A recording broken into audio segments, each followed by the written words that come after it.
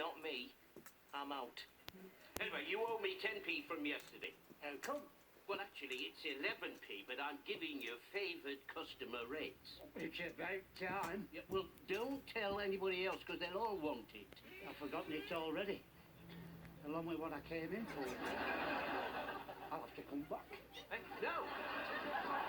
Hey, now look at you, John. You've lost us a customer. He said he'll be back. Yes, I know, but they lie, don't they? Right. I want 2 pounds of bacon. 2 pounds of bacon. A dozen eggs. Dozen eggs. A large tin of beans. In the beak. You know, Gastric, I'm glad you got your appetite back. I mean, gastric and diet were 2 words that don't really go together. It's not just for me. I've got Cliff Bridges staying with me. Elsie's husband, Mrs. Bridges. Oh, yeah, I thought he'd left her. Oh, he's left her 3 times altogether. But now he's come back just in time for Christmas.